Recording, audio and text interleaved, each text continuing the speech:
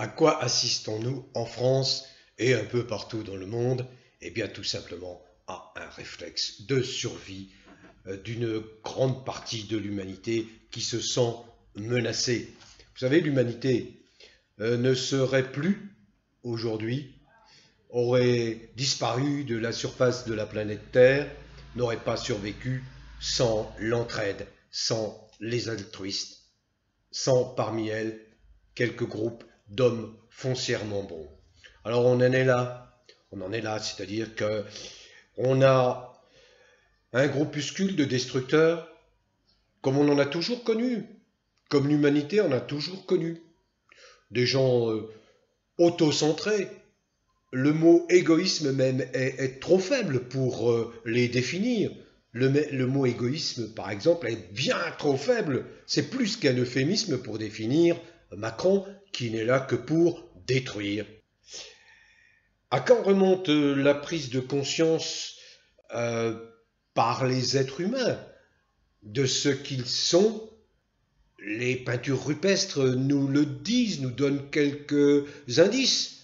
À 50 000, 100 000 ans. Vous voyez, c'est à travers ces recherches archéologiques, paléontologiques, que nous apprenons qu'il y a à un moment donné la prise de conscience de ce qu'est l'être humain et de l'importance de la solidarité humaine, de l'entraide humaine pour perpétuer cette espèce. Or, cette espèce aujourd'hui est menacée.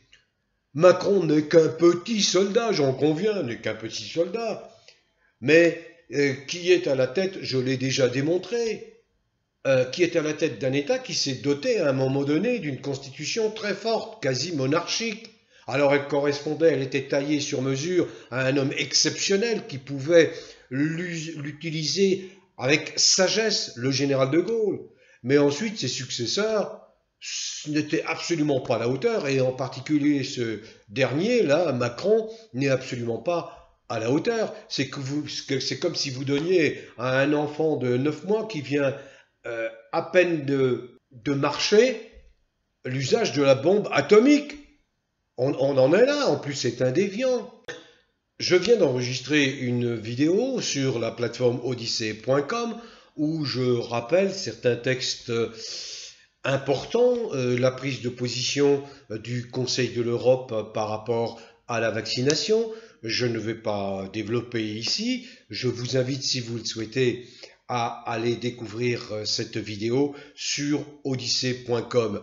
Je lance encore un appel, et ce n'est pas la première fois, aux souverainistes, aux gaullistes, aux humanistes. Ne vous trompez pas de cible. Il y a un moment où il faut réaliser cette union sacrée. Union sacrée. Le temps de débarrasser la France de ce cauchemar. Voilà. Après, chacun retourne dans sa chapelle et fait ce qu'il veut.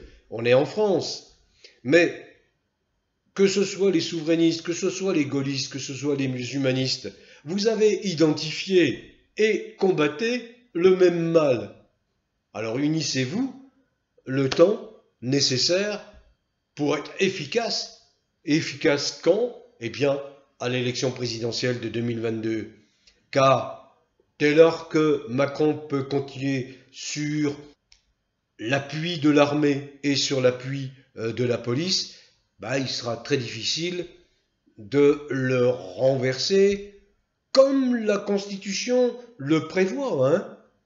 La Déclaration des droits de l'homme et du citoyen indique que lorsque un régime devient un régime d'oppression, eh bien le peuple reprend ses droits, les droits à sa destinée. La résistance est là.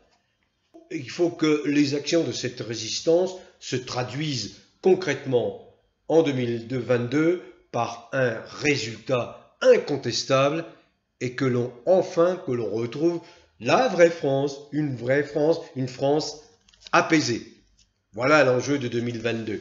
Bon vent à tous les vrais Français, quelle que soit la couleur de votre peau, quelles que soient vos origines, quelles que soient vos croyances religieuses, philosophiques ou spirituelles, quelles que soient vos convictions politiques, dès lors que vous êtes un être humain ouvert et tolérant.